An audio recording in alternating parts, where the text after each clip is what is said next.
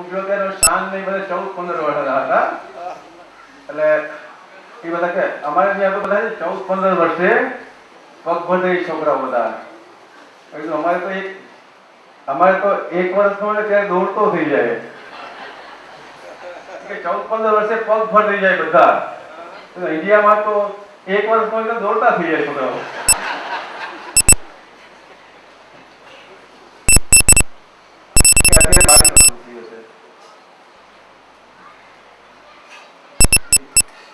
બારીમાંથી બહાર જુએ છે કે નહીં ક્લાસમાં?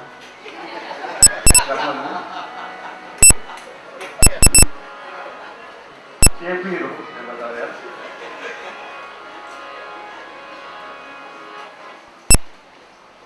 કવિની કરજો કવ્વાલી, કવિની કરજો કવ્વાલી, સભા કા સંગ લઈ તારી, સભા કા સંગ લઈ તારી, નરક શૈતાન બ્રહ્માની કરત દાદા કણી વાણી, કણી વાણી,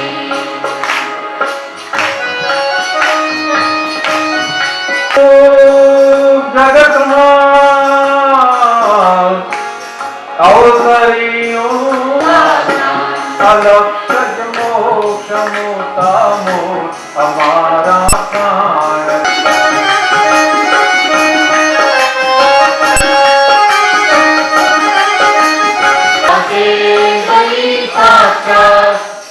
ગમે ત્યારે જ પ્રેમ અરિહંતો ને આચાર્યોની દાયકાઓ અને સૈકાઓ પછી આ બધા છોડશે. ત્યાં શું છે ત્યારે એમને સમજાશે. હંમેશા જ્યારે હોય ત્યારે એ ના સમજાય. એનો નિયમ હોય છે એવું સંવિધાન કુદરતી. એ બધા કાળમાં આવું બને છે. એટલે આ જ્યોતિષ પંડ્યા કોણ?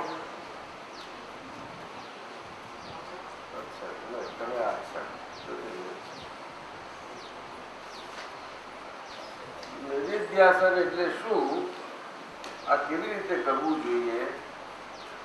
આ બાબતનો પ્રકાશ પાડશો જેથી આ અમને કરતા ફાળે અને ભૂલ ના થાય તે માટે જાણવા માંગીએ છીએ. નિધિધ્યાસનનો અર્થ એ થાય છે કે આપણે જે ધ્યાનમાં આપણને ફિટ થઈ ગયું હોય, એટલે કે એકાગ્ર સ્વરૂપે ફિટ થઈ ગયું હોય, કે જેમાં આપણને લાગે કે આપણે જ છીએ, એવું સામાન્યપણે જીવનમાં બનવું બહુ મુશ્કેલ બને છે. ઘણું મુશ્કેલ બને છે. કોઈને પણ માટે સમજાય છે. એટલે બધા આમ તો ચંચળ મનને કારણે, વ્યગ્ર ચિત્તને કારણે આ વ્યવહારની વ્યગ્રતા અને ચંચળતામાં બધા જ કંઈક એકાગ્ર થવા માટે મંદિરોમાં જાય. મંદિરોમાં ઘંટ વગાડે છે શાને માટે? એકાગ્ર થવા માટે. ક્યાં એકાગ્ર થાય તો કે ભગવાનના દર્શન કરવા ગયા છે તેમાં બરોબર ચિત્ત એક સ્થિર ને એકાગ્ર એટલો પકડે. નિધિધ્યાસન એટલે જ્યાં આગળ ચિત્ત એકાગ્ર થાય, સ્થિર થાય, સ્થિર, એ નિધિધ્યાસન બધું કહેવાય. હવે જેવા પ્રકારે સ્થિર થયું એવું નિધિધ્યાસન થાય. નિધિધ્યાસન કે શબ્દ ગમે તેમ વપરાય નહીં. નિધિધ્યાસન શબ્દ ગમે તેમ ન વપરાય. એટલે નિધિધ્યાસન શબ્દ બહુ ઊંચા ઊંચો શબ્દ છે અને એ આ છેલ્લામાં છેલ્લો શબ્દ છે કે પોતાના જે અનુભવ પદ આપણને મળ્યું હોય, દ્રષ્ટિ મળી હોય, એમાં નિધિધ્યાસન, અથવા દ્રષ્ટિ ના હોય તો ધ્યાનથી એકાગ્રતાથી કરે. બે રીતે કરે. તો ધ્યાનથી એકાગ્રતાથી શાના ઉપર નિધિધ્યાસન કરે કે ચંચળ ચિત્ત હોય એની ચંચળતા ઓછી થાય. વ્યગ્ર ચંચળ મન અને વ્યગ્ર ચિત્ત હોય એની વ્યગ્રતા ઓછી થાય. આના માટે કરે બધા. કઈ પૈસાનું નિર્દેશન કરે તેમ ના થાય, એનાથી તો બધી મુશ્કેલી છે. અથવા તો કોઈ પણ પ્રકાર સંસાર છે, વિષયો છે, લક્ષ્મી છે, કીર્તિ છે, માન છે, તાણ છે, આ બધું જોયા કરીએ છીએ આપણે. છતાં કઈ ને કઈ કારણે વ્યવહારમાં કોઈને કોઈ ક્યાંક લગાયા છે. આના કારણે એ સ્થિર થવા માટેના ઉપાય એટલે યોગની ક્રિયાઓ કરાવે છે બધા, એના માટે જ કરાવે છે. તો નિધિધ્યાસન માટે સામે ધ્યેય હોવું જોઈએ. શું હોવું જોઈએ? હવે સામે ધ્યેય ક્યારે હોય કે આપણે ધ્યેય સ્વરૂપ થયા હોઈએ અને સામે ધ્યેય હોય એટલે આપણે ધ્યેય સ્વરૂપ થયેલા એવા સામે ધ્યેય આગળ ત્યાં આગળ એની આગળ એકાગ્ર થઈએ ત્યારે આપણું ધ્યાન જે બને ત્યાં આગળ નિધિધ્યાસન થાય. હવે સમજાયું? એવું બને. આપણે કૃષ્ણ ભગવાનનું દર્શન બહુ સુંદર કરવું છે. આ પરોક્ષ વાત કરી, દ્રષ્ટિ ના હોય ગૌમાં. તો કૃષ્ણ ભગવાનનું દર્શન કરવા માટે આપણને જ્યાં કૃષ્ણ ભગવાનના સ્વરૂપો આપણને એકાગ્રતા થાય એના પર આપણે ધ્યેય સ્વરૂપ રાખી અને આપણે નક્કી કર્યું છે કે મારે દર્શન કરવા છે. એ નક્કી કરવાનું જાણતા નથી કે એમનો રૂપ શું, આકાર શું, કશું જાણતા નથી. કૃષ્ણ ભગવાન બસ આટલું જ જાણીએ છીએ આપણે. આવી રીતે કરીએ છીએ. સમજો? એમાં બધા ભક્તિના પ્રકારો મીરા, નરસિંહ મહેતા બધું નથી જોતા. એમાં એવા કેવા પ્રખ્યાત થઈ ગયા છે એવું બધી રીતે. અને ધ્યેય પ્રાપ્ત થઈ ગયા પછી જ ખરી રીતે તો નિધિધ્યાસન કહેવાય છે. સાચું નિધિધ્યાસન ક્યારે થાય?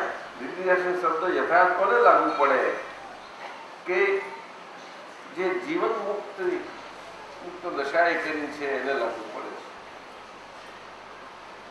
એટલે નિધિધ્યાસન શબ્દ ઘણો મોટો છે. નિધિધ્યાસન તમને કંઈક સમજાયું? એટલે હમણાં કવિરાજે પદમાં ના કહ્યું છેલ્લું સ્મરણ, ચિંતવન સ્વાધ્યાય નિધિધ્યાસ તરત જ એકદમ પ્રાપ્તિ થાય ઇમિડિયેટલી. પેલામાં તો કઈ કઈ થાય પણ નિધિધ્યાસનમાં તરત જ ફળ મળે. જેનું નિધિધ્યાસન કરે તે રૂપ થતા જાય. આવું છે. જો અમૂર્તનું નિધિધ્યાસન થાય એટલે પોતાને અમૂર્ત સ્વરૂપ એવું શુદ્ધાત્માનું સ્વરૂપ દર્શન થયું છે અને એ સ્વરૂપ દર્શન એ શુદ્ધાત્માનું સ્વરૂપ દર્શન જેમના થકી પ્રાપ્ત થયું છે એ શુદ્ધાત્માનું સ્વરૂપ દર્શન માટે આપણે નિધિધ્યાસન કરીએ. જેમના થકી એમનું નિધિધ્યાસન કરીએ તો આપણું શુદ્ધાત્માનું થયેલું દર્શન બધું સ્પષ્ટ થતું જાય અને ધીમે ધીમે એકદમ ચોખ્ખું થતું જાય અને આપણી અંદર શુદ્ધાત્માનું ધ્યેય સ્વરૂપ એકદમ ક્લિયર થઈ જાય. સ્વરૂપ થઈ જઈએ આપણે. જેમની થકી પ્રાપ્ત થયું છે એ થકી માધ્યમ તો મૂર્ત છે. માધ્યમ તો મૂર્ત છે પણ એ મૂર્ત કેવું છે કે એમાં અમૂર્ત પ્રગટ થયા છે. કેવા? ખરું એક્ઝેક્ટ નિધિધ્યાસન ક્યાં આગળ હોય પણ એ તો હોતું નથી. એટલે પદમાં હમણાં કાયું બધું બહુ સુંદર. સમજી ગયા ને? ચાલો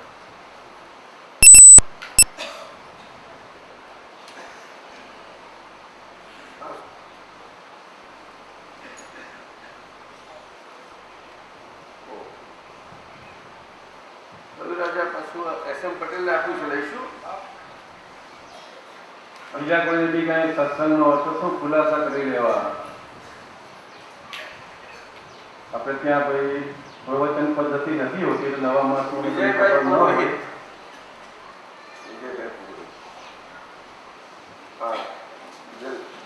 જન્મદિનની હાર્દિક બરોબર છે. તમે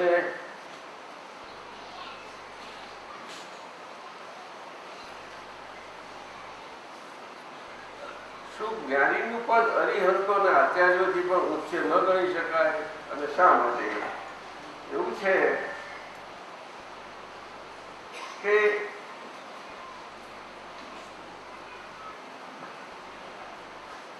હંમેશા આ મોક્ષ મુક્તિ માર્ગ ને બધો એ વ્યવહારને નિશ્ચયથી છે. શું કહ્યું ભાઈ વિજયભાઈ? વ્યવહાર અને નિશ્ચયથી છે. વ્યવહાર અને નિશ્ચયને સાથે હોય છે અને વ્યવહાર અને નિશ્ચય સાથે હોવાને કારણે વ્યવહારથી જે છે તે વ્યવહારથી હરિહંત અને બધા પાંચેય નૌકાર નમસ્કાર છે એ બધા જ વ્યવહારમાં બોલાય છે. વ્યવહારમાં બોલાય છે એમાં નિશ્ચય પ્રાપ્ત થયેલા છે એવા છે એ બધા પદો. કેવા છે? એટલે જ્યારે નમસ્કાર બોલાય છે ત્યારે જેમને નિશ્ચય પ્રાપ્ત છે એવાને નમસ્કાર પહોંચે છે. એટલે અહીંયા ભારતમાં એવાને પહોંચે. ખ્યાલ આવ્યો? હવે અત્યારે અહીંયા ભારતમાં કળિયુગ ચાલે, કાળખંડ. એ કાળખંડને આધારે આપણે જાણીએ છીએ કે અહીંયા આગળ સદેહે અરિહંત ના હોય અને અરહત સ્વરૂપ પણ ના હોઈ શકે, પરંતુ એ વ્યવહારથી વાત કહેવાય છે. સમજાયું? એ કાળની અપેક્ષાએ વાત કહેવાય છે. અને દ્વાપર યુગમાં ચોથા આરામાં જે છે કે પાંચમા આરામાં એવી પરિસ્થિતિ નથી. આટલું જ કહેવા માંગે છે. ખ્યાલ આવ્યો? આ પાંચમા આરામાં પરિસ્થિતિ નથી, છતાં ચોથા આરાનું ધર્મનું સામ્રાજ્ય તો ચાલે છે. તો એવું હોવાને કારણે વ્યવહાર છે અને વ્યવહારથી બોલ્યા કરીએ, ધર્મનું સામ્રાજ્ય ચાલે. તો એમાં આ પાંચ નમસ્કાર છે એમાંના નિમિત્તો હોવા શું કેવી રીતે હોય? તો એમાં આ એક અપવાદ સ્વરૂપ આ દાદા ભગવાનનું આપણું અદભુત છે. આજે આખું હમણાં પદ બોલાયું એ અપવાદે બોલાયું. એમાં કઈ લાઈન હતી તે એમાં તમે પૂછ્યું અરિહંતો અને આચાર્યોની વચ્ચે છે. હરિહંતો અને આચાર્યોની વચ્ચે જ્ઞાનીનું છે પદ.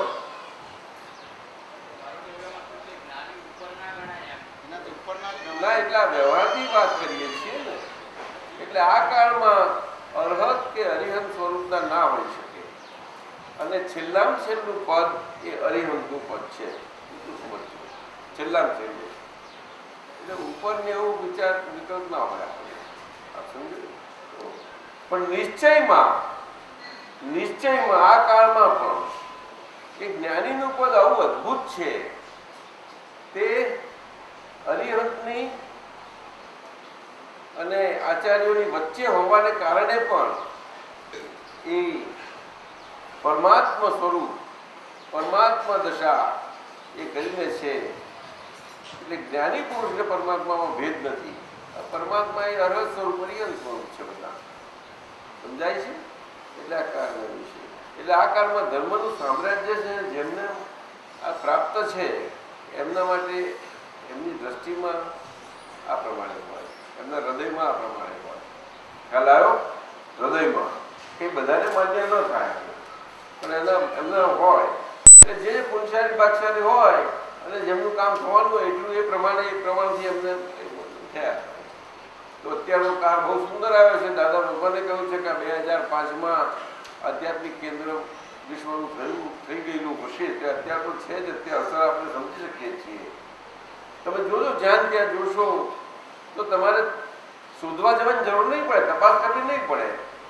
પરંતુ જો તમારું ઓબ્ઝર્વેશન હશે તો આજે આ વિજ્ઞાન કોઈને કોઈ સ્વરૂપે ગમે ત્યાં પેસી ગયું છે ખરું.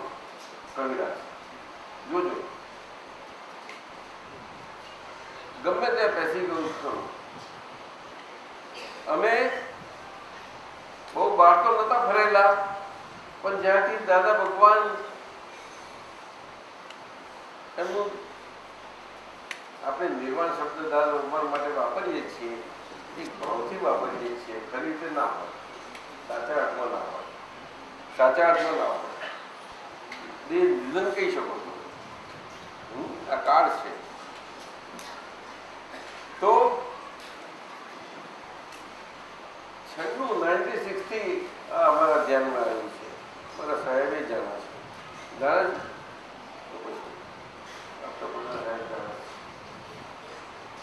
એટલે એના આગળ કંઈક થયું એમને જાણવા આવે ત્યારે ખબર તો પડે ને.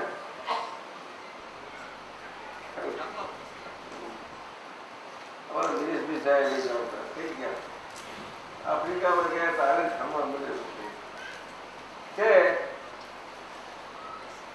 એ ચાલ્યા કરે, ચાલે ચાલે બધું ચાલે. એટલે અત્યારે ધીમે ધીમે એવું બનશે કે અક્રમ વિજ્ઞાનનું આ બધું છે પબ્લિકેશન જે હશે તે કોઈને જેના હાથમાં આવશે છપાવી લેશે. કારણ કે અક્રમ વિજ્ઞાન કોઈનો માલિકીનો નથી ને, માલિકું નથી ને, એ કોઈ તમે વિજ્ઞાન તો બધું ફેલાઈ જશે, વિજ્ઞાન તો ફેલાય ગયું એવું થયું છે. પણ એ છાપશે ખરા પણ કશું લખશે નહીં, જોજો. એટલે દરેક પછી પોતીકું કરવા જશે. શું થશે? પણ એ પોતીકું થાય એવું નથી, કારણ કે વિજ્ઞાન છે. મુશ્કેલી આ છે, મુશ્કેલી આ છે. એટલે કહ્યું ને પૂંછાલીમાં ચડી ગઈ અને બીજા અને છતાં બીજાને મને કેવું કે આડકતરી રીતે જેટલા જેવી રીતે હશે પ્રમાણ એ તો અંદર પોતે કેવા છે એના પર છે, એવું નહીં? અંદર કેવા છે એના પર નહીં? કેમ આમ બોલતા હે? અંદર જીવા હોય તેવું જ આપણને મળે ને, કે અંદર હૈયે એ કરે આપણને મળે બીજું શું કહો છો? હે મળે. એટલે દાદા ભગવાને કહ્યું આવું જ ચાલવાનું, પણ છતાંય આવું સુંદર થયું છે કેન્દ્ર બનવાનું એવું તો બધાને કામમાં લાગવાનું છે કે એમાં પૂછાય પાછળ બધા પણ કામમાં થઈ જશે, વ્યવહારમાં ઘણાને કામમાં લાગી જશે. પુરોહિત તમે સમજ્યા?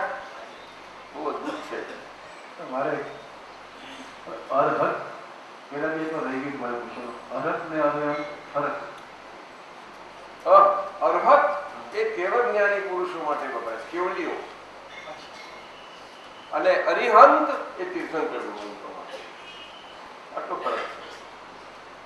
એટલે તીર્થંકર ભગવંતો અરિહંત કહેવાય અને બીજા ઇતમ દર્શનકારો એમને અરહત સ્વરૂપે પણ આવે છે, એવી રીતે આવે. પરંતુ એમના દર્શનને કારણે એવી રીતે આવે છે. પણ હકીકતમાં અરિહંત કહેવાય. અરિહંત અરહતો પણ અરિહંત તો કહેવાય, પરંતુ આ એક વિશિષ્ટ પ્રકારનું પદ છે. એટલા માટે અરિહંત તીર્થંકરો સમજો. કેવળીઓ અરિહંત ના કહેવાય. પણ ઘણી વખત શાસ્ત્રોમાં શું છે કવિરાજ, ભાષાના બધું આટલા બધા વખત પછી એવું બધું છુપાતું જાય છે, થઈ જાય છે. એટલે શબ્દોના પ્રયોગો તો કરે. મને આવું સમજાય છે.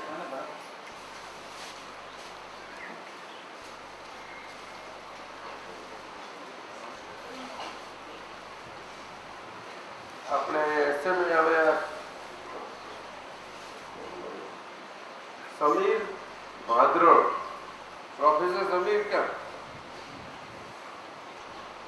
કષાયોના સંયમને ખરો સંયમ કહેવાય એવું આપે કહ્યું. તો એનો સંયમ કેવી રીતે હોય છે એ સમજાવવા કૃપા કરશો. એનો સંયમ એવી રીતે હોય છે કે કાં તો ભગવાનની ભાષાનો અને ભગવાનના અર્થમાં દીક્ષા પામેલો સાધુ થયેલો હોય તો એને હોય. શું કહ્યું બોલો? અને ભગવાનના દીક્ષા પ્રમાણેનો સાધુ થયેલો હોય એને હોય સંયમ. આજે ભગવાન ક્યાં છે? મહાવીર ભગવાન હતા ત્યારે એમની હાજરીમાં એ દીક્ષા અને દીક્ષાથી પ્રાપ્ત સંયમ હતો એ ચાલતો હતો. એ ક્યાં સુધી ચાલ્યો કે અર્હત સ્વરૂપો હતા ત્યાં સુધી ચાલ્યો. શું કહ્યું? એટલે આ કળિયુગ બેઠા પછી પણ 3-4 પેઢી તો અર્હત સમય ચાલ્યો છે અને અર્હત પુરુષો થયા છે. 5 પેઢા 5 પરંતુ એ આસિસ્ટન્ટ અર્હતો કહેવાય. શ્રુત કેવડી કહેવાય ને, શ્રુત કેવડી ને શ્રુત એટલે શ્રુત ભગવાનની વાણી શ્રુત થતી થતી જે ચાલી આવેલી અને એ હજુ ચાલુ છે અને લિંક પ્રમાણે ચાલી રહી છે. એ લિંક એટલી 5 જણ સુધી ચાલી. શું કહ્યું? 5 આંકડા લિંકના ચેનના હતા ત્યાં સુધી. પછી લૂઝ પડવા માંડ્યું. કાળની અસરમાં આવ્યું. કાળની અસરમાં એટલે ચેન પણ કાળની અસરમાં આવી ગઈ. રસ્તાઓ આ તે બધું એવું થયું ને.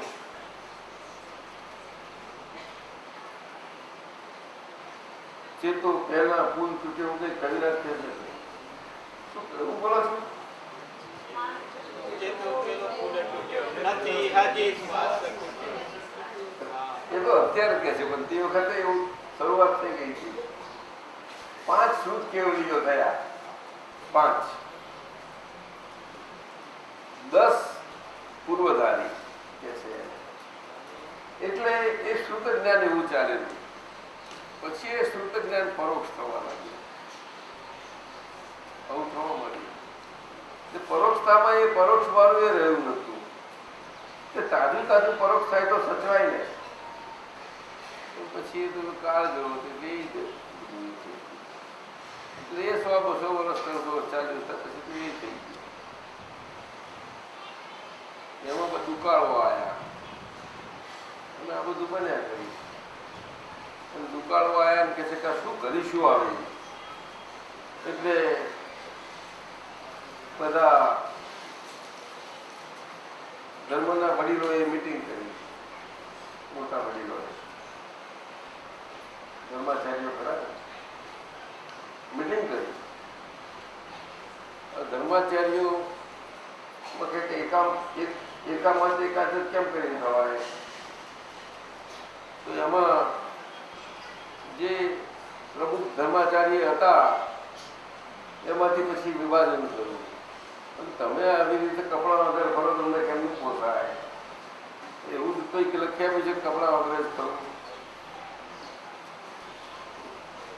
ના હવે સ્વીકાર કરીએ પણ અમે સાદો વેશ એટલે સફેદ વસ્ત્રધારી થઈ જઈએ. આવું થઈ ગયું સાહેબ. આખું છૂટું પડ્યું. વસ્ત્રધારી અને દિગંબર. પણ દિગંબર કે અસલ તો અમે જ ને, એટલે મોક્ષ તો અમારો જ હોય. દાદા શું થાય આવું બધું થઈ પડ્યું. દાદાએ શું કહ્યું? નગાએ મોક્ષ મંગા. દાદાએ શું કહ્યું? દેહથી નગ્ગા એ ના ચાલે. આત્માથી નગ્ગા જોઈએ. કેવા? આત્માથી નગ્ગા થાય તારે સંયમ આવે. તમે થયા છો. કઈ તમે રહ્યા સમીર રહ્યા છો તમે? અને સમીર નથી એવું કોણ કે?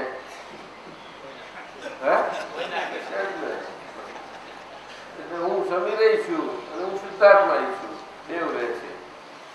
તે કઈ એ બનાવટ છે?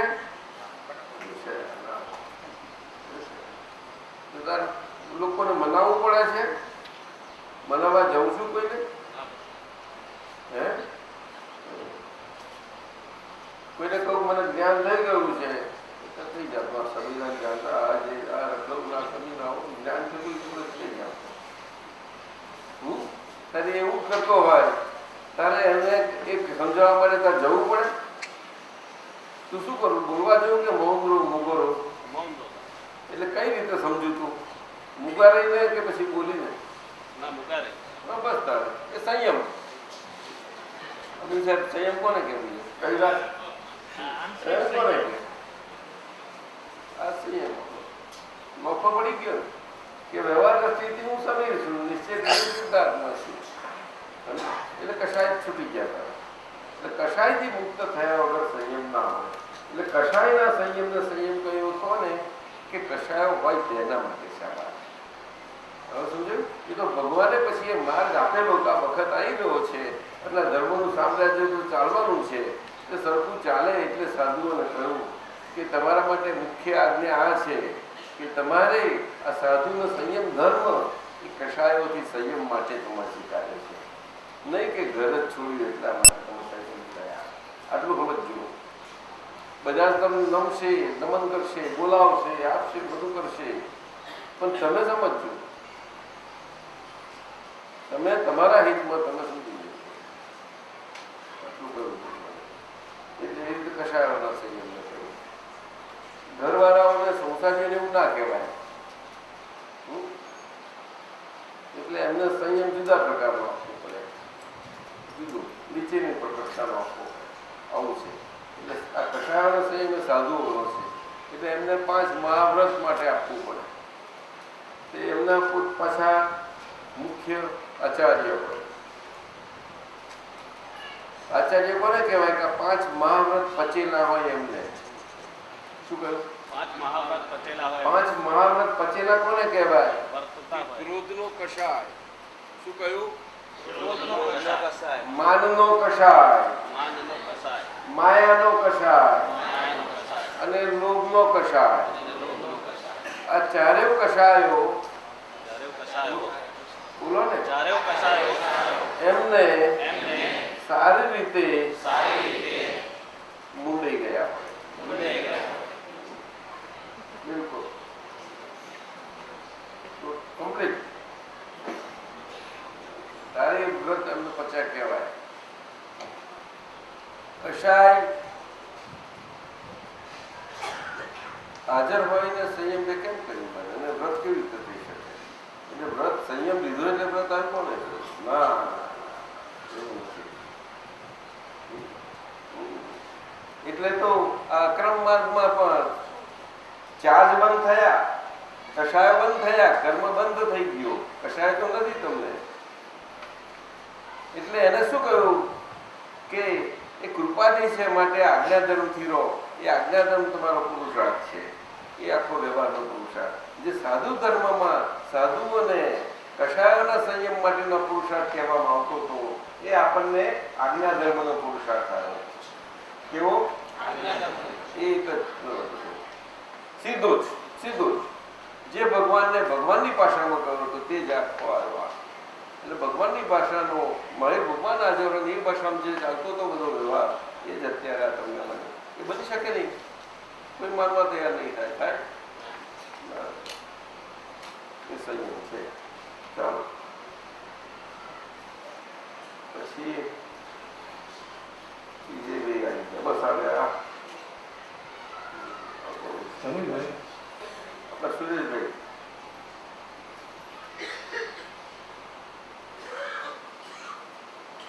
અમારા માટે 5 આજ્ઞાની ફૂલ પાડવા માટે ત્રીજી આજ્ઞા અને ચોથી આજ્ઞાનું ટ્રાન્ઝિશન સમજવા માંગુ છું. બધા જ પ્રયત્નો પછી જે થાય તેને વ્યવસ્થિત કહેવાય. તો પ્રયત્નો ક્યાં સુધી કરવાના અને પછી જે થાય તેનો સંભાળ નિકાલ કરવો, આ બાબતમાં મને ઘણી સ્ટ્રગલ થાય છે. એવું છે. પછી બોલવું એટલા માટે કહ્યું કે આપણે ફાયદોનો સંભાવ નિકાલ એ ખરી રીતે તો હકીકતમાં પુરુષાર્થ છે. અને એમાં સંયમ ને બધું જ આવી ગયું. એમાં ભાવ સંવર કયો છે? ભાવ સંવર. કેવો? ભાવ સંવર. એટલે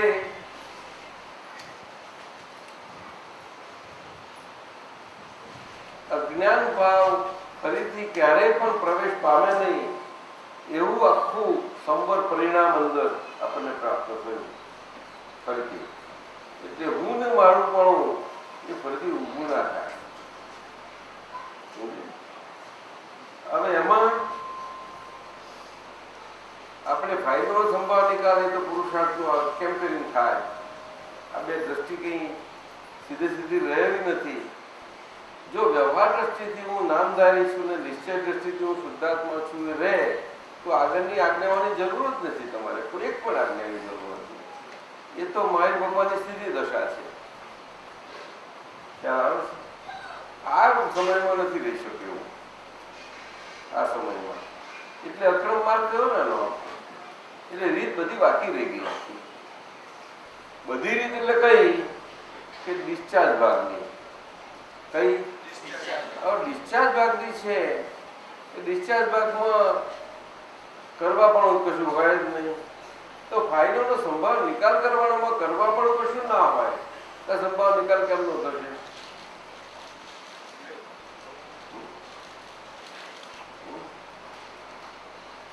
આ લોકો બધા ઘણા કે બરસથી જોયા કરો, બરસથી જોયા કરો. એ દરેક વસ્તુ શું છે કે જ્યારે જે કોન્ટેક્ટને પ્રમાણે એ હોય છે. પણ આજ્ઞાધર્મ તે આજ્ઞાધર્મ છે છેલ્લા. એમાં ત્રીજી આજ્ઞા આપી કે આ વ્યવસ્થિત શક્તિ કરતા છે. વ્યવસ્થિત શક્તિ કરતા છે. હવે આજ્ઞા સાથે આપી કે આપણો આ ડિસ્ચાર્જ ભાગ છે તે આખો બાકી રહ્યો છે આપણો પોતાનો. એમાં જેટલું ચીકણાપણું છે, ચિકાસપણુનો ભાગ, એ કારણે આપણને એ ફાઇલોનો સંભાળ નિકાલ કરવા પણ એ આપણો અકર્તા સ્વભાવ શુદ્ધાત્મા હું જ્ઞાતા દ્રષ્ટા છું એવું અકબંધ રહીને થઈ શકવું મુશ્કેલ છે, બહુ મુશ્કેલ છે. હવે સમજાણ? એટલા માટે આજ્ઞા બહુ કરુણાએ કરી, ઘણી અત્યંત કરુણાએ, અપાર કરુણાએ કરીને દાદા ભગવાને આ કાળમાં ખુલ્લી કરી છે. આ કાળમાં અને આપણે પેલું પરમ દિવસ પેલું ના વાંચ્યું દાદા ભગવાનનો સત્સંગ એવું છે. આમાં કરવું શું? આમાં આપો 5 આજ્ઞા.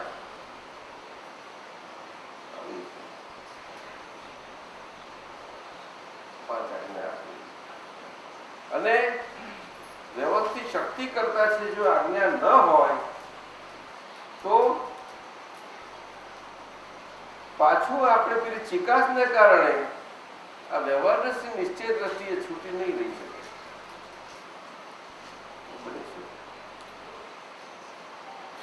કારણ કે એમાંથી લાયા છીએ આપણે. તો કે એમાંથી આ છૂટા પડ્યા દાદા કરી દીધા. જ્ઞાની પુરુષ છે તો જ્ઞાની કહે છે ચાહે શું કરે. એ વાત સાચી, પણ એ કૃપા એમની જે ભાગમાં કામ લાગે ત્યાં કામ લાગે. શું કહ્યું? કયા ભાગમાં કામ લાગે? કે તમારી કર્તા ભાવની રોંગ બિલીફ આખી ફ્રેક્ચર કરી શકવાની એની સત્તા ખરી. શું કહ્યું? કર્તા ભાવની રોંગ બિલીફ ફ્રેક્ચર કરવાની જ્ઞાનીની સત્તા ખરી. પરંતુ ભોગતા ભાવમાં હજુ એ રોંગ બિલીફના પડઘા રહ્યા છે. એનું શું?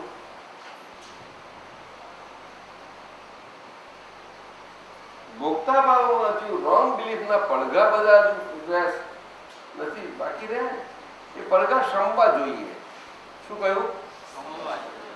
એટલે પડઘો પડ્યા પછી એની ઉપર આપણો કર્તા ભાવ કોઈ પણ રીતે એક પરમાણુના હલનચલનથી પણ ના આવવો જોઈએ.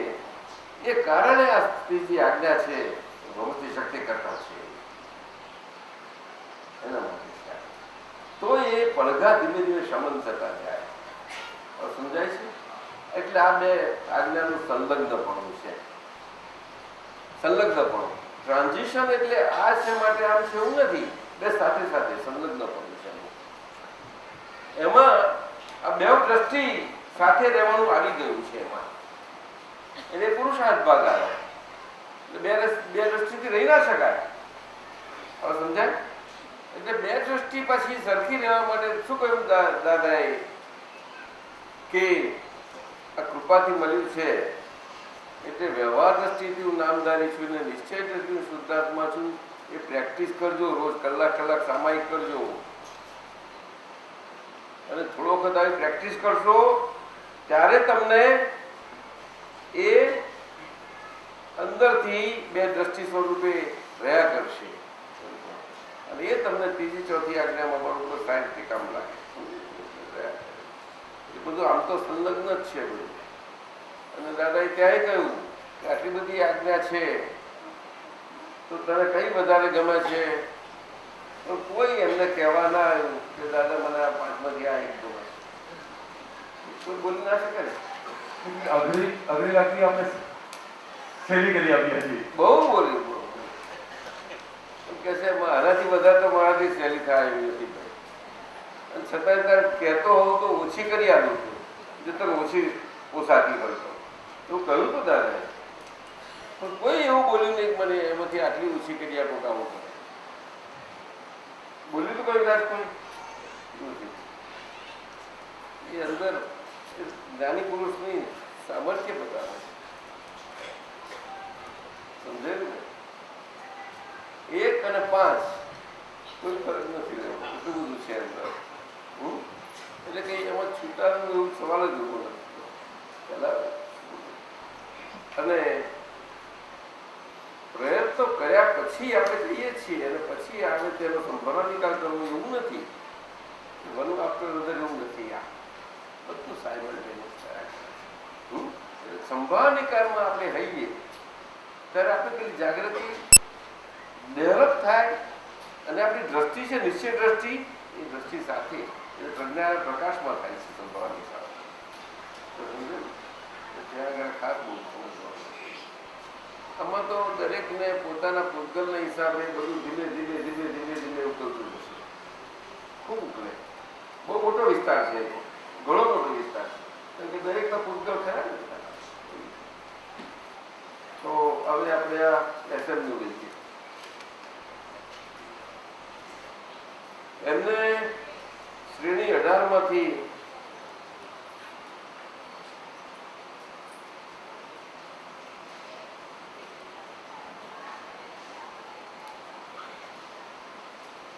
શ્રેણી 19ના 5 એક વસ્તુઓ છે નાના લઈ લઈએ આપણે. એમને જુલાઈના 2005માં નોટ કરેલી. પેલું, જેને હું અને દાદા એક જ છીએ એવું રહ્યું તેમને જબરજસ્ત શક્તિઓ ખુલ્લી થાય એમ છે. જેને હું અને દાદા એક જ છીએ એવું રહ્યું એને જબરજસ્ત શક્તિઓ ખુલ્લી થાય એમ છે. નિધિધ્યાસને એમને પૂછ્યું હતું ને એનો મતલબ જ આ છે. ખ્યાલ આવો? સીધું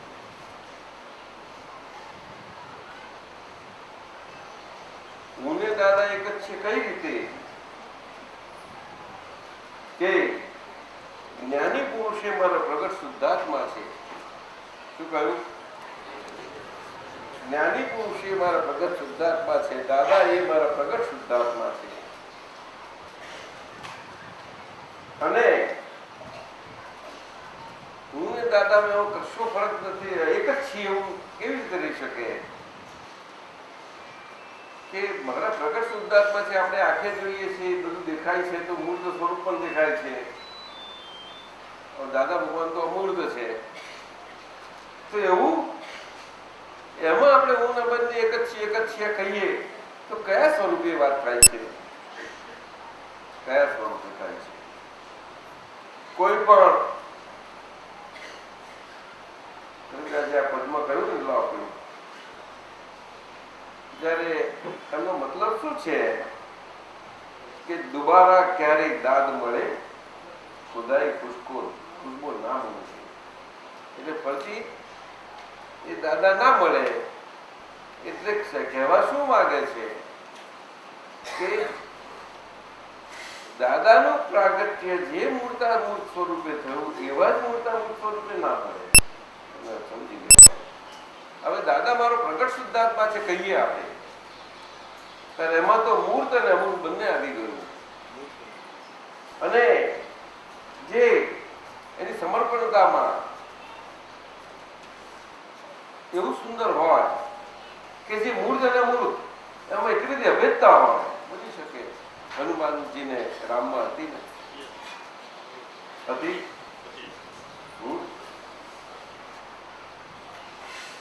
ગૌતમજીને મહાવીર ભગવાનમાં હતી અને છતાં પણ નાના આવરણ તો રહી ગયેલા ને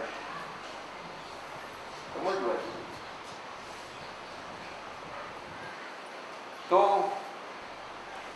અહીંયા આગળ હું એ દાદા એક જ છે. કેવી રીતે જો ફિટ કરવું હોય બરોબર કોઈને પણ જેને મળ્યા છે એને તો એ ના મળ્યા હોય એને પણ એમની રીતે સમજ્યા. અને એ શરીરના ગુણોથી ગમે તે પ્રકાર હોઈ શકે પણ તમે અમને છોડશો નહીં. આ રીતે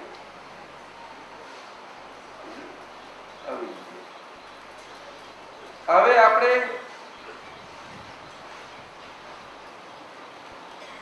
મારે ઉત્તમભાઈને બહુ સારી રીતે ઓળખવા છે. તો ઉત્તમભાઈને મારે સારી રીતે ઓળખવા માટે હું કેવી રીતે ઓળખી શકું કોઈને પણ? તો સામાન્યપણે જગતમાં ને વ્યવહારમાં તો મન ને મનના સંબંધો બહુ છે. એટલે લોકો બધા મન છૂપું રાખવા બહુ પ્રયત્ન કરે. મન કરવા ના દઈએ, કરવા દે બીજા કાચા પોચા હળવું કરી જાય એટલે પછી મનથી ઓળખેલા ના કહેવાય ના. એ જુદી રીતે છે, જુદી રીતે. પરંતુ દિલથી ઓળખેલા હોય તો દરેક ના આંખો હોય.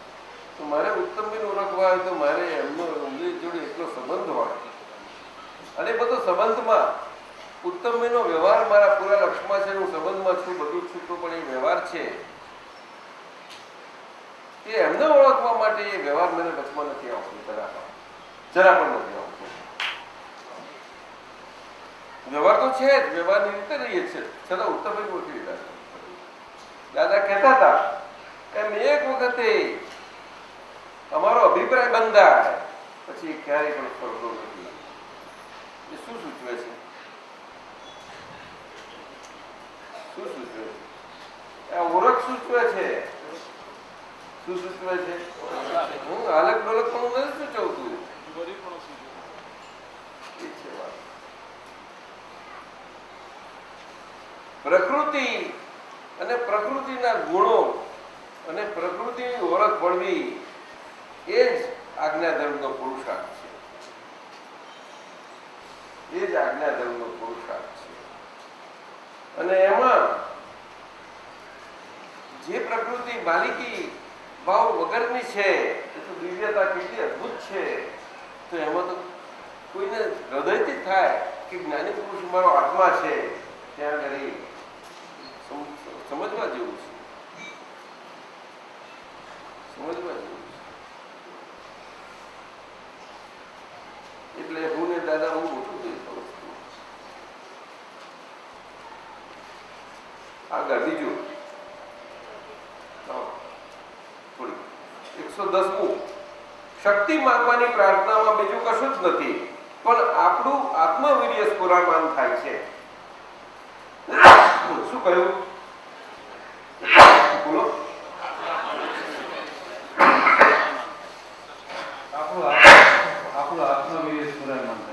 શક્તિ માંગવાની પ્રાર્થનામાં બીજું કશું નથી એમ કહ્યું, પરંતુ એમાં આપણું આત્મવીર્ય સ્ફુરાયમાન થાય છે. એટલે આપણી આત્મશક્તિઓ ખુલતી જાય છે. એટલે જ્યાં આપણને શક્તિ લાગી હોય ત્યાં શક્તિ પ્રાપ્ત થાય કે ખુલે, કુદરતી ખુલે, કુદરતી ખુલે. ખુલે કે નહીં એવું છે. એક એક્સપર્ટ ચોર હોય તો એની શક્તિ લેવી હોય તો ના ખુલે આપણામાં? ના ખુલે. એક્સપર્ટ ચોર હોય તો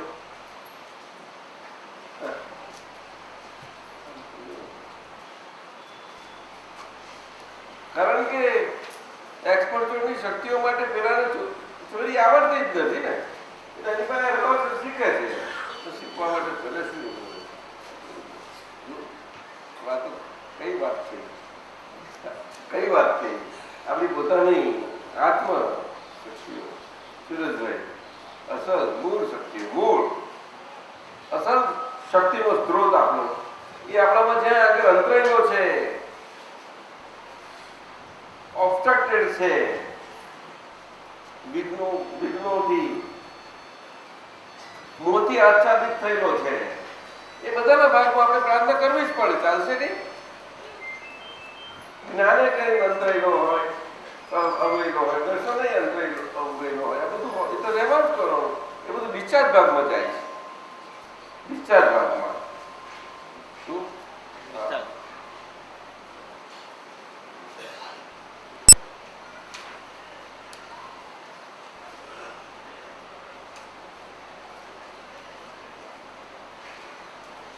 આપણા દર્શન શુદ્ધ ચિત્ત થયું કે શુદ્ધ થયું ખરું, પણ એ પ્રતિનિધિ સ્વરૂપે હોવાના કારણે આપણને સ્થિર લક્ષ્ય સ્વરૂપે અનુભવ પ્રમાણથી થવા માટે આજ્ઞાધર્મ કરો. અને એમાં આપણી આજે દર્શન શુદ્ધિ થતી જતી જાય. કઈ?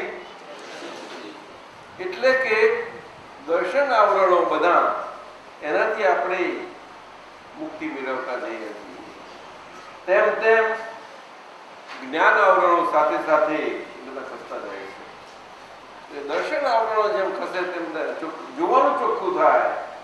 અને જ્યાં જેટલું ચોખ્ખું જોવાયું એ બધું જ જ્ઞાન સ્વરૂપે પાછું અંદર સ્થિર થાય અનુભવ પ્રમાણથી. કેવી રીતે? લક્ષ્ય અનુભવ પ્રમાણથી. અને એ પછી એની અંદર રહ્યા ઠરેલું રહ્યા છે. અને એ ઠરેલું રહેલું તમને શરીર છે છતાં પણ એ કામ કર્યા કરે. કારણ કે બધો વ્યવહાર બાકી રહ્યો ને પછી એને કંઈ જ્ઞાન એટલે જ્ઞાનથી વાત પ્રદાન કરવી એવું નથી. એ દર્શનથી બધો વ્યવહાર ચાલ્યા કરે. કેવો ચાલ્યા કરે? હા, વ્યવહાર આખો દર્શનથી ચાલે. એમાં કંઈ જ્ઞાનને લેવા દેવા નથી. જરાય નહીં બને. જ્ઞાન વગર દર્શન છે.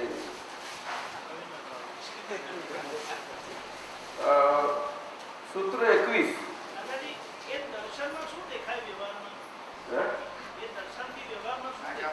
વ્યવહારમાં એવું દેખાય કે આ રિલેટિવ અવસ્થા છે અને આપણે રિયલ છીએ. એ અવસ્થાને જાણનાર જોનાર. શું કહ્યું? હા. અને એમાં પણ મારું જોવા જાણવા પણની અવસ્થા છે, એ પણ અવસ્થા છે. પણ એ ચોખ્ખું ક્યારે થયું કહેવાય કે મારી જોવા જાણવાની અવસ્થા પણ આપણને એ વ્યવહારથી જ્ઞેય દ્રશ્યને જોનારી છે. માટે આપણા જ્ઞાનમાં પછી એક જ્ઞાતા દ્રષ્ટા ભાવ અવસ્થામાં ઝળકે જ્ઞેય સ્વરૂપે, ત્યારે આપણે ખરા જ્ઞાન અનુભવ નથી કારણ એ તો નહીં આવે. ત્યારે તત્વ દ્રષ્ટિ ખુલે. તત્વ દ્રષ્ટિ એમ ખુલેલી નથી. તત્વ દ્રષ્ટિ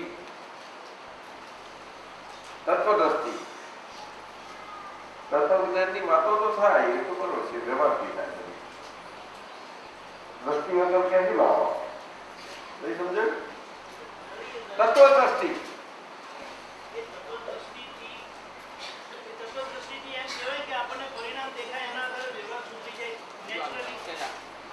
એ તો ઉઘાડી વાત છે. આ બધી પરિણામ લક્ષિત છે. બધી આપણી દ્રષ્ટિઓ આપણે અવસ્થાનું પરિણામ તરત જ આપણને ઝળકે અને ઝળકતાની સાથે આપણે સંયમ અને જાગૃતિ. પણ એ તો બહુ આગળની જાગૃતિ, બહુ સુંદર જાગૃતિ. પરિણામ લક્ષિત દ્રષ્ટિ કહેવાય. કેવી? કોઈ પણ બાબત વ્યવહારમાં નહીં, એ દાખલ થઈ ગઈ. 21મું ગયું. હવે 21મું આવ્યું.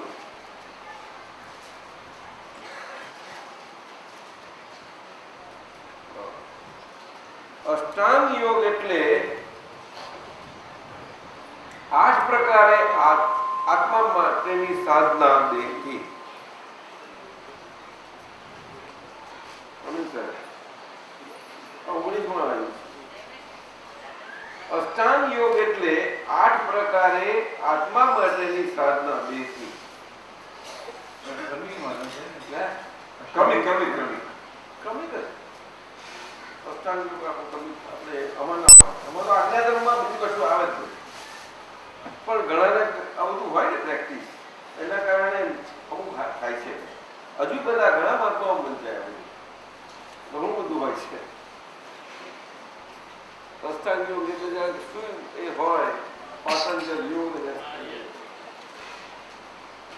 એટલે પણ એ કેવી યથાર્થ અષ્ટાંગ યોગ કોને કરવો તો કે 8 પ્રકારે આત્મા માટેની સાધના દેહથી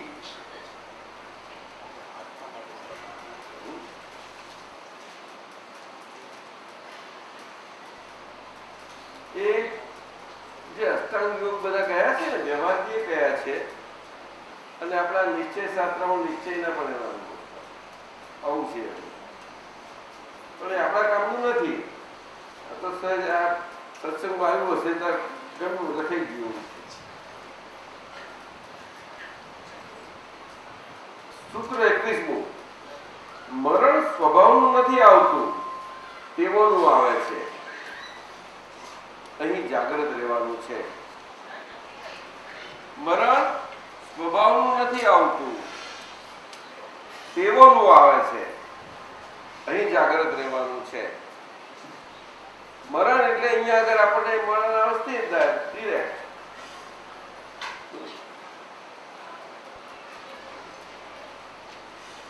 સ્વભાવ તો આખો ખપે છે. આપણો શું થાય છે? એટલે ક્ષય થાય છે. શું થાય છે? જેના કારણે આપણો બધો જ ચારિત્રમો ક્ષીણ થતો જાય. જેમ જેમ જીતાતો જાય તેમ તેમ ક્ષીણ થતો જાય. ત્યાં આગળ સ્વભાવ આવે અને ટેવો તો શરીર જોડે એવી જોડેલી હોય એટલે લાકડામાં જ જાય. એટલે કયું મરણ એવું આવે એવી રીતે. છેલ્લું 19મું 13મું છે. આ તીર્થંકરત્વ છે એ દેહને કારણે છે. એ આત્માને લાગુ નથી પડતું. આ કુદરતી આ આપી પણ બહુ ગમે નહીં કોઈને આવું ગમે છે. ઊંધી વાત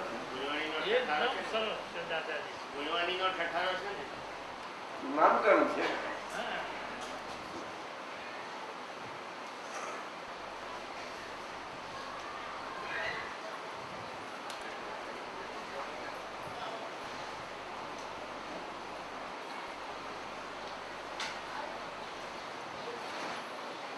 આવો બધા કોણ છે?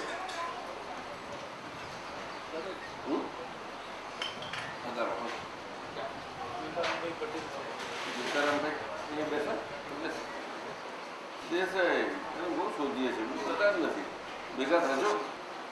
હવે આ 18મી શ્રેણીના થોડા સૂત્ર છે 5-6 છે એ જોઈ લઈએ આપણે. અખંડ એટલે એક ધારી કોઈ પણ પ્રકારે ખંડિતપણાને ના પામે એટલે કે કન્ટિન્યુઅસ લિંકબદ્ધ.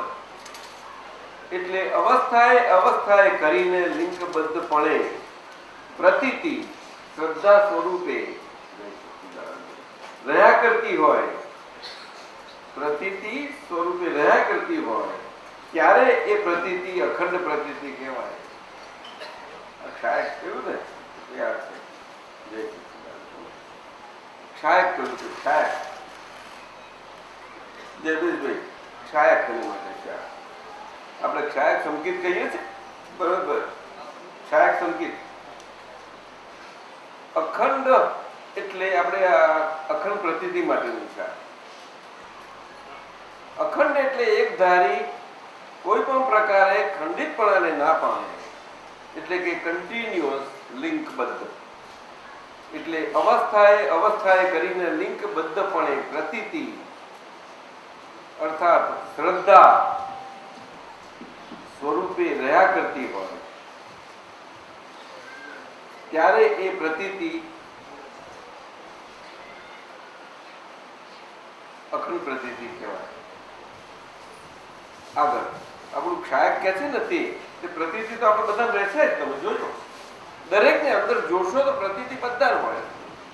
ફક્ત લક્ષ ને અનુભવના ભાગમાં આજ્ઞાધર્મ છે એટલો જોવાનો પુરુષાર્થનો.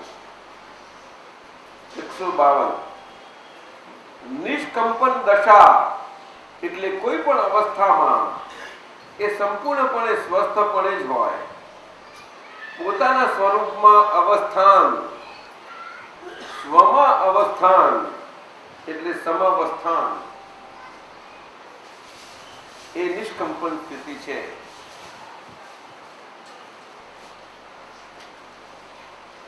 બહુ અદભુત હોય છે. 5 યથાર્થ મહાવ્રતધારી આચાર્ય હોય ત્યારે આવા હોઈ શકે. એક્ઝેક્ટ ભગવાનની ભાષા, બાકી ના હોઈ શકે. નિષ્કંપન અને એ લબ્ધિ વાળા એવા બધા, પણ એનો ઉપયોગ ના હોય કોઈ દિવસ. લબ્ધિનો કોઈ ઉપયોગ ના હોય. ધર્મ ઉપર કઈ આવે ત્યારે જ, પણ ના.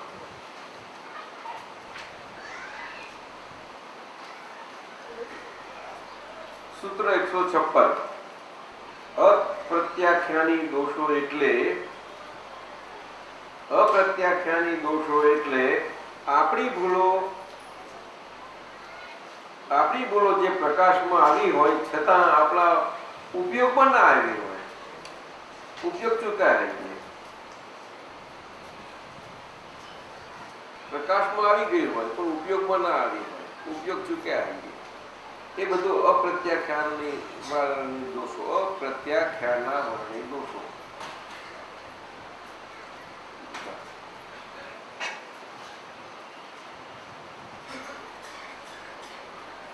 પચીસ પ્રકારના ચાર્જ કષાયો, 25 પ્રકારના ડિસ્ચાર્જ કષાયો.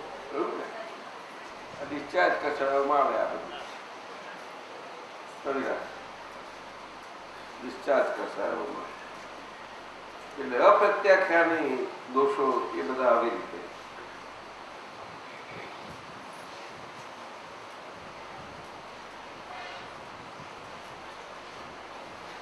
સૂત્ર 158 દેહ માત્ર દેહનું અવધારણ છે આખું. એ ગમે તેવી અહિંસા પારે છતાં જ્યાં સુધી હું કોણ છું જાણ્યું નથી ત્યાં સુધી એ ઉત્તમ લોક ભાષામાં કહેવાતી અહિંસા પાળતા બધા નિયમો સાથે પણ એ હિંસામાં જ છે.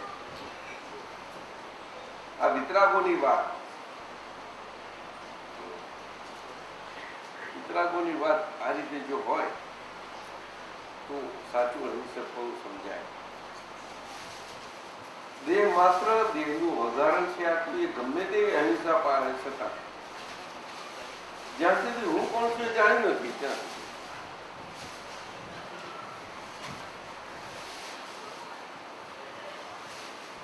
નોન વાયલન્સ અને કોઈ નોન વાયલન્ટ કોઈને કહેવું વ્યવહાર તો બધા બોલી નાખે. એટલે વિતરાગોની ભાષા બહુ જુદી છે, જ આખી જુદી છે. પણ એ ભાષા મુકાય તો આજે સામાન્ય મનુષ્ય પણ સમજી શકે એમ છે. ના સમજે? શું કહો છો? બોલો. અઘરું છે, સમજાય એવું છે. 159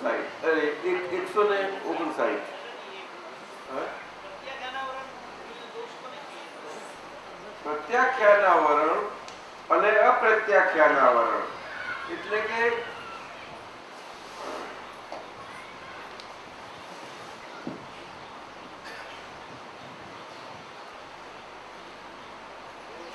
જે ડુંગળીના ફળ જેવા આવરણ વાળા વૃક્ષો છે એ તેમાં આપણે પ્રત્યાખ્યાનો થયા કરતા હોય ત્યાં સુધી પ્રત્યાખ્યાના વર્ણીય દોષો કહેવાય.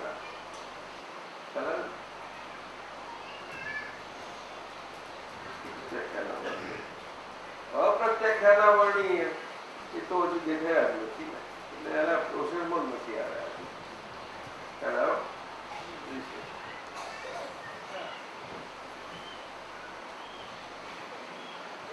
પહેલું અપ્રત્યાખ્યાના વર્ણી હોય, પછી પ્રત્યાખ્યાના વર્ણી હોય અને પછી સંજ્વલન આવે. શું આવે? સંજ્વલન રીતે તો ત્યાં સૂક્ષ્મતર ભૂલો જ હોય, બીજી ના હોય. કઈ હોય? ખાલી સૂક્ષ્મતર ભૂલો હોય. બીજી ના હોય. સૂક્ષ્મતમ ને સૂક્ષ્મતમ એટલે સૂક્ષ્મ બે જ બોલો. પણ સૂક્ષ્મ સુધી આ તમે જઈ શકો. સૂક્ષ્મ સુધી એ સૂક્ષ્મ સુધી જવા માટે આ પ્રત્યાખ્યાનનું આખું બધું પ્રોસેસ છે બધું. બરાબર. અને સૂક્ષ્મતર ને સૂક્ષ્મતમ એ બધું આગળનું છે. એક સબક્ષણી એવી બધી વાતો છે.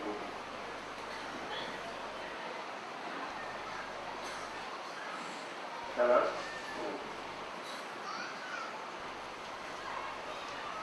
159 આખી જિંદગી આપણે વ્યાજના બોજામાં જ કાઢીએ છીએ.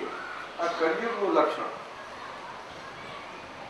એટલા માટે પ્રતિક્રમણ કરવાના કહેલા, જેથી કરીને વ્યાજ ફટાફટ અપાતું જાય ને જોડે જોડે હપ્તા ભરાતા જાય.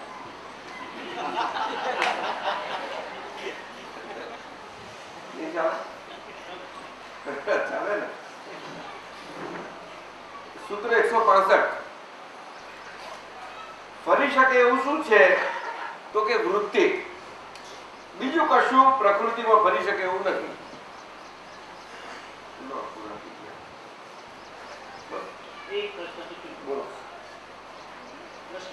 સાયન્સ છે, વૃત્તિ એટલી જ ફરી શકે એવી છે. આ જૈનોમાં ભાવ ને દ્રવ્યની વાતો થાય છે, ભાવ ફેરવવાની વાતો, એ ક્રિયાથી જે ફેરવવાની વાત કરે છે એમાં વૃત્તિનું બધું નથી આવતું. વૃત્તિ નથી આવતું. વૃત્તિ બહુ દાદાએ અદભુત કર્યું અને ભગવાનની આજ્ઞા વૃત્તિ પર જાય છે. વૃત્તિ સમજ્યું? પરિણામ પરિણામ વૃત્તિ એ બહુ ઝીણું છે, બહુ સૂક્ષ્મ છે. અંતરમાં અંદર જો ફર્યું આખું ત્યારે આપણે દુબેજીનો પત્ર વાંચ્યો એમાં શું બન્યું? અજીત દુબેજીનો પત્ર વાંચ્યો એમાં શું બન્યું? ડાકોરથી બી એક ટપાલ આવી હતી. એમાં એવું છે કે માણસ બદલાય તો માનવને બદલાતા વાર નથી લાગતી. હા, એ વાત એ તો એને એની ભાષામાં કહ્યું. બરોબર છે, એમાં જ આવે. પણ આ બહુ મોટું છે. આ દુબેજીનો પત્ર બહુ મજાનું છે. એક આઈડિયલ પત્ર છે.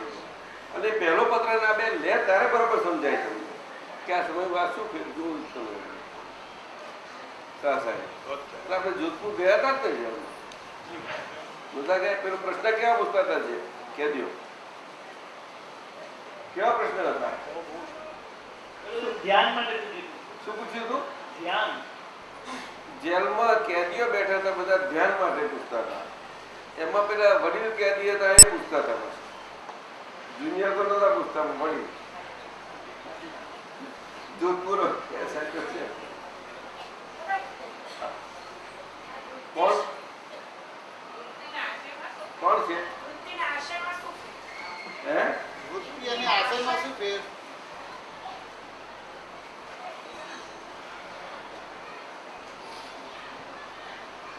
લગભગ નજીકના છે. નજીકના છે. પરંતુ વૃત્તિ શબ્દ જે છે ને એ ચિત્તને લાગુ પડે છે અને આશય એ બુદ્ધિને લાગુ પડે છે. એટલે અંતસ્કરણના ભાગમાં એટલી બધી આ નિકટતા છે એટલે આપણે અહીંયા એ થઈ જઈએ છીએ. આશય બુદ્ધિમાં જાય છે. બુદ્ધિ ખબર છે? એટલે બુદ્ધિ ને આશય આ બધું ચિત્ત એવું છે કે ચિત્ત અને મન એના આધારે આ બધું અંદર પરિણામોમાં ફેરફારો બધા થયા છે. એટલે પેલું માનસ કરે ને, માનસ ફરે. માણસ બદલાય તો માણસને બદલાતા વાર નથી લાગતી. બદલાતા વાર નથી લાગતી. એટલે દાદાજી એમને એ એમ જ આવે. સ્વસંજીવની પુસ્તક મળેલું હતું ડાકોરમાં, એ આપણે લીધું. એમાં દાદાજીની કલમ એટલે ક્રાંતિકારી કલમ. માણસ બદલાય તો માણસને બદલાતા વાર નથી લાગતી. એના આ સ્વસંજીવન વાક્ય પછી માણસ એના પર જ જાય છે, વૃત્તિ પર જાય. પછી એ તો એમાં એ બદલાયું ને એટલે પછી પેલું આશયમાં ફેરફારી બધી થયા કરે. અત્યારે પરિણામ બધા બુદ્ધિના આશય પ્રમાણે ના હોય. એ તો કોઈ જાણતું જ નથી ને. પરંતુ એ પરિણામના આધારે એ પોતે ના પડતો હોય એટલું બને, એટલું અંદર ફેરફાર થયા કરે. ચોરને ગમે તેટલું બદલવા જાવ તો એ બદલી શકાય નહીં, પણ એનું અંદરનું ફરક તો આ બધું ફેરફાર થઈ જાય. બને ને?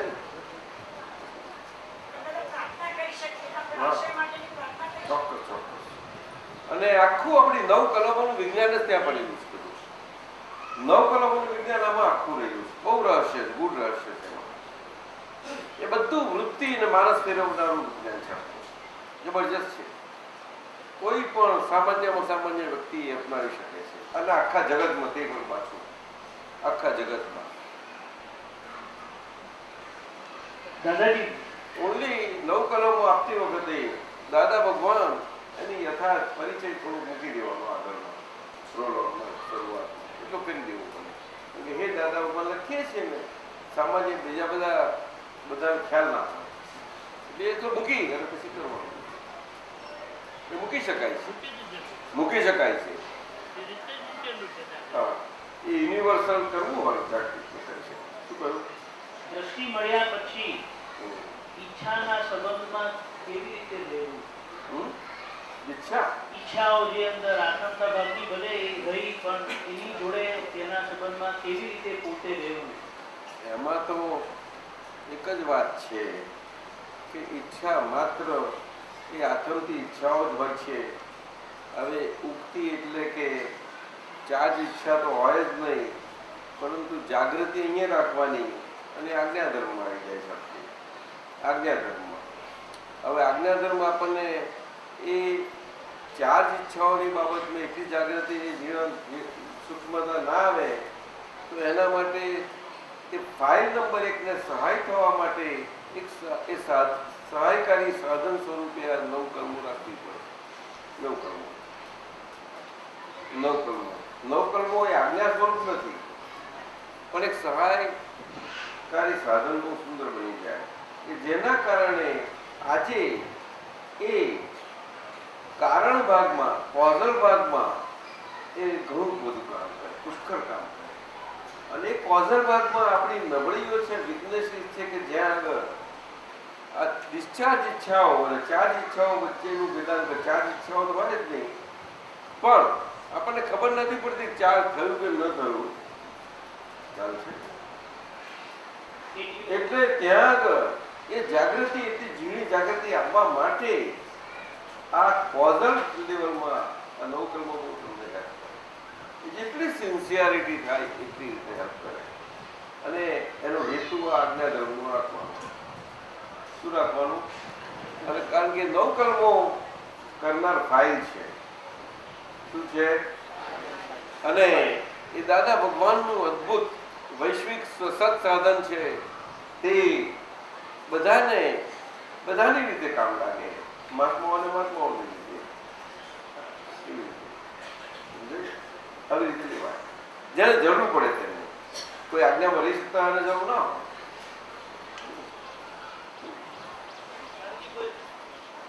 કોઈ ઈચ્છા ઊભી થઈ તે વખતે એની જોડે અંદર કેવી રીતે જવાન બાય રિલેટિવ પોઈન્ટ કોની છે ઈચ્છા? શુદ્ધાત્મામાં તો એ છે ને. શુદ્ધાત્માનો આજ્ઞાધર્મ કરો ને, આજ્ઞાધર્મ કરો ને. અને એમાં એવું ના બેસી જવાય કે આ સંભાવ નિકાલમાં બેસીએ આપણે. એ ઈચ્છા આજ્ઞાધર્મથી જોવાનું આ વ્યવહારથી છે અને વ્યવહારથી ના દેખાય એટલે આપણે એ ઈચ્છાના પ્રકારે રહેતા હોઈએ ત્યાર પછી એમાં ખેંચાતા સંભાવ નિકાલમાં જવું પડે. જવું જ પડે તમારે. ત્રીજી ચોથી આજ્ઞા આવી જ જાય ઓટોમેટિકલી. ના આવે એના ચીકણાપણા નિકાચિતપણાને કારણે આવે જ ને. કોઈ બધાને આપવાનું એ નિકાચિતપણું બાકી રહ્યું છે ને બધું. એટલે જ આપણે કેટલું છે. જ્યારે ઈચ્છાઓ પ્રમાણે થાય છે ને ત્યારે લાગે છે કે જ્ઞાનમાં છીએ. ના, ઈચ્છાઓ પ્રમાણે નથી થતું. એ તો અંદર જેટલા સાહજિકતા અને નોર્માલિટીને એટલા બધા કારણ ભાગમાં જેટલું બન્યું છે એના કારણે નોર્માલિટી સમજાય છે. નોર્માલિટીના ભાગમાં જેટલું હોય એટલું આપણને એક બાજુ વિચાર આવતો અને તે પ્રમાણે આગળ બનતું હોય એ બધું બને છે. ઘણા નવું થાય નોર્માલી એ તો સહજતા કહી દે. સહજતાનો માર્ગ આ તો આજ્ઞાધર્મ એ સહજતા છે. સાહજિકતા ખોલી છે. દાદી આમાં પેલું સહજ મિલાસો દૂધ સમાન એ જ તો ને એ રીતે પણ અંદરથી બંધ થઈ જાય છે આમ કે જુઓ ને થઈ જાય. એક વૃત્તિ નહીં થાય. વૃત્તિ નહીં. અને થાય કે તરત જ તમારી પેલું આજ્ઞા કે પ્રતિક્રમણ આ બધું આવી જ જશે. એ પ્રોસેસ છે આખો બધો. બહુ મોટો પુરુષાર્થ લોકો. ચાલો જય સચ્ચિદાનંદ. કવિરાજ આપણે ચલો. ઇન્વર્ટેડ કોમામાં છે એ. હા, ઇન્વર્ટેડ. મારું સ્વરૂપ દ્રવ્ય ગુણ અવસ્થાથી શુદ્ધ છે એટલું ઇન્વર્ટેડ કોમામાં કવિરાજ છે. સાહેબ મારું સ્વરૂપ દ્રવ્ય ગુણ અવસ્થાથી શુદ્ધ છે તે અનુભવમાં વર્તાય એવી શક્તિ આપો, શક્તિ આપો, શક્તિ આપો.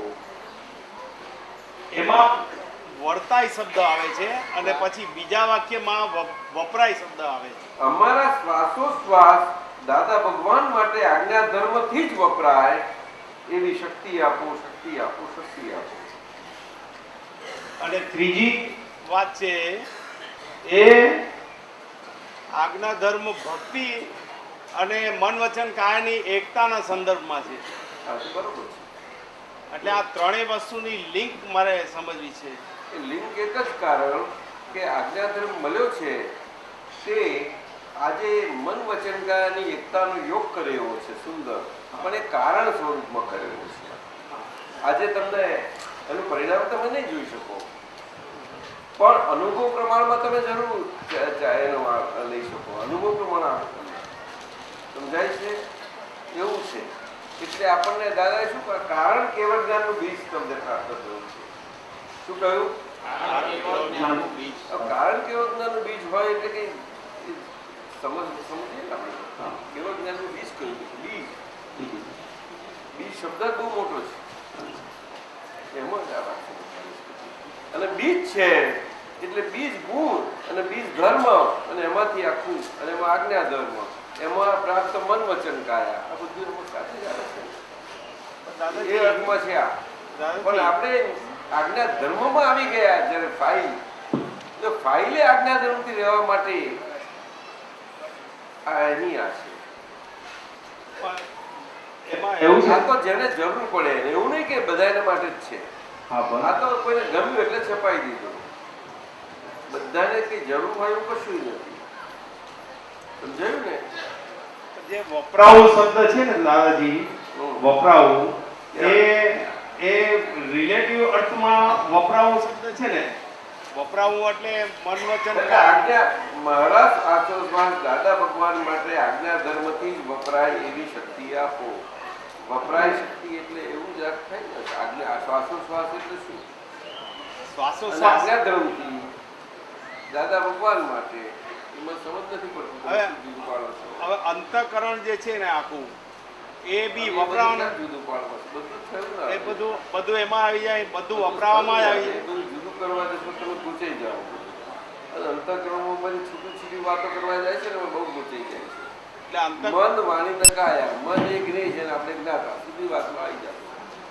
નહીં તો મૂંઝાશો તમે, મૂંઝાઈ જશો. એટલે રિલેટિવ વિભાગમાં જે અંતઃકરણ જે છે એની યુટિલાઇઝેશન થાય છે, જે મન બુદ્ધિ ચિત્ત અહંકાર એ બી વપરાવા સ્વરૂપે જ છે. એ તમારો પેલું આગળનો અભ્યાસ છે એના કારણે અંતઃકરણમાં બહુ ચીજ એ તો ખાલી સામાન્ય બધા લોકો માટે સમજવા માટે ખુલ્લું થયું છે એવું છે. બાકી અંતઃકરણની બહુ લાંબી વાતો કરવા જશો તો પ્રકૃતિ એના ગુણોમાં પડી જશો. એવું થઈ જશે. તમે વિતરાગોની વાતોમાં અંતઃકરણ શબ્દ કોઈ જગ્યાએ નહીં. મન માની નકાયા સીધી જ વાત. મનને કેમ સરળ કહ્યું? આ શરીરનું 10 ઇન્દ્રિયો છે આપણી, 10 5 છે 5 અને એનું સમગ્ર કંટ્રોલર મન અને 11 એમ કેવી રીતે કહ્યું? આ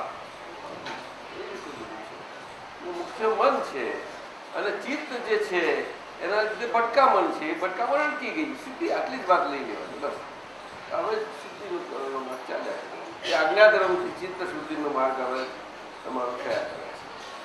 હવે આજ્ઞાધર્મ ભક્તિ છે એ મન વચન કાયાના નિર્ણય નિશ્ચયથી ચરમસીમાની પૂર્ણતાને પામે.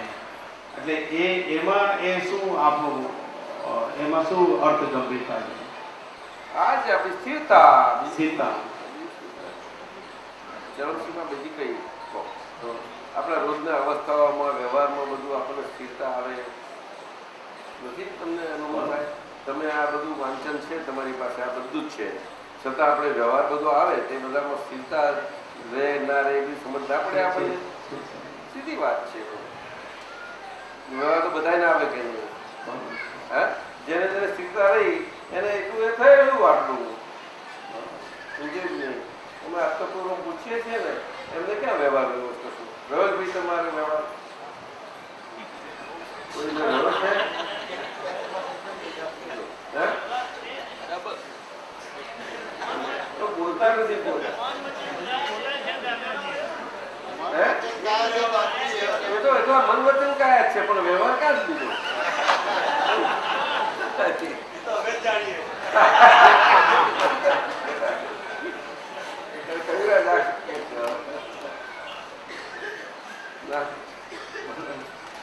બીજી એક વાત દાદાજી વ્યવહાર ના રહ્યો કોને કહેવાય કે નિશ્ચય કઈથી આવે?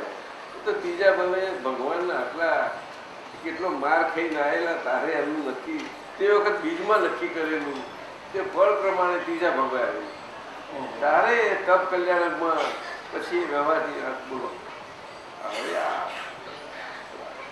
એટલે એમને આજ્ઞાનામ કઈથી હોય તો સીધું પરિણામ સ્વરૂપ આવી અમારે જ ગયા સીધા કે આ વર્તમાન હું શુદ્ધાત્મા જાઓ. કવિરાજ એવું નહીં? આ કવિરાજનું નથી રહેતું કેવું ફકરા ગમતું નીકળે છે કે કેવું નીકળતું હશે અંદર? આટલા નીકળે તે વખત એમનું અંદર શું રહેતું હશે? મજા આવતી હશે ને. પણ એ કોઈને થોડા કે આપણને દમયંતી બેનને કહે દેના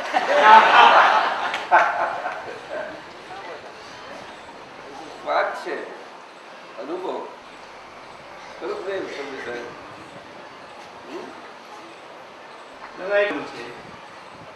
કે ક્રિયા માત્ર પરસત્તા છે, ક્રિયા માત્ર પરસત્તા છે અને ક્રિયાવાળું જ્ઞાન પણ પરસત્તા છે. સ્વસત્તા અને પરસત્તા વિશેનું આખું જે ચેપ્ટર છે એનો નાનું ચેપ્ટર છે સ્વસત્તા અને પરસત્તા. એમાં એનો વિશ્લેષણ કરેલું છે કે ક્રિયા માત્ર પરસત્તા છે અને ક્રિયાવાળું જ્ઞાન પણ પરસત્તા છે. પણ ક્રિયાવાળા જ્ઞાનને જે જાણે છે તે સ્વસત્તા છે. એમાં શું બોલો? તેમાં ક્રિયાવાળા જ્ઞાનને પણ જાણે છે એટલે એનું થોડું વિશ્લેષણ. તો ક્રિયાવાળા જ્ઞાનને જે જાણે છે તે ક્રિયામાં પડેલા માટે એમને ખાલી ઉદય સ્વરૂપ જાણવાનું છે, બસ બીજું કશું નથી. કારણ કે ક્રિયામાંથી પડેલા ક્રિયામાંથી બહાર નીકળવા માટે એ બધું છે, એમાંથી નીકળવા માટે જ છે.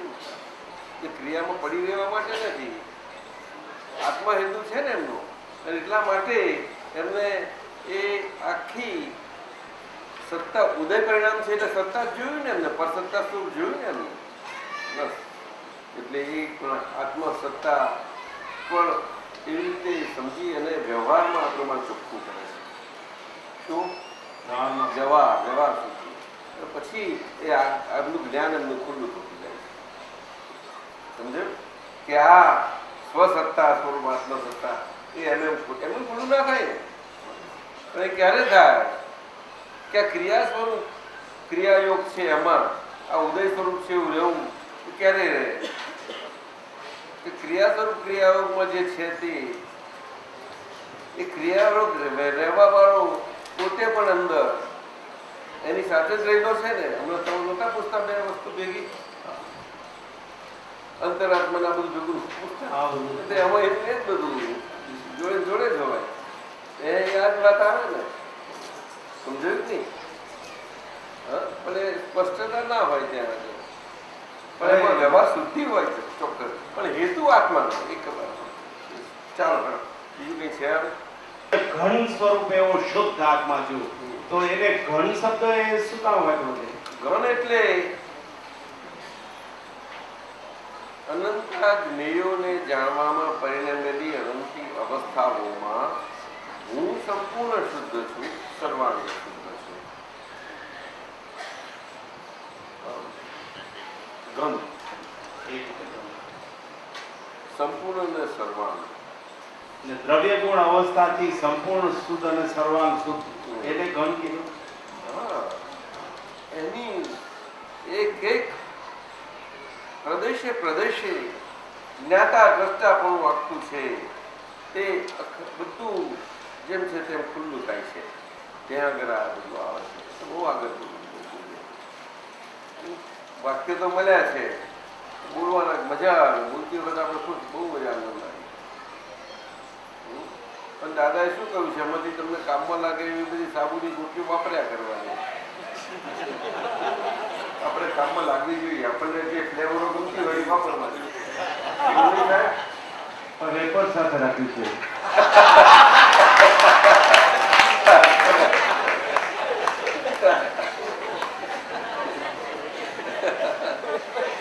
રેપર ખોલવાનું નહીં. એ પુરુષાર્થ કોણ કરે?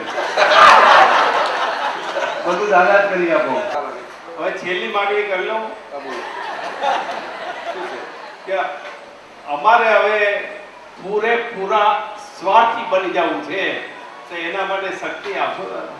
એના માટે તો આપણને પેલો બચલો ગુરુ કઈ દો. બરાબર. એ જ બનાવશે તમે. નહીં સમજ્યા? સમજી ગયો ને? હા. આપ શક્તિ આપજો બસ. એ આપણી દિવાલોમાં જ થવાનું, બીજે કે બહાર ક્યાં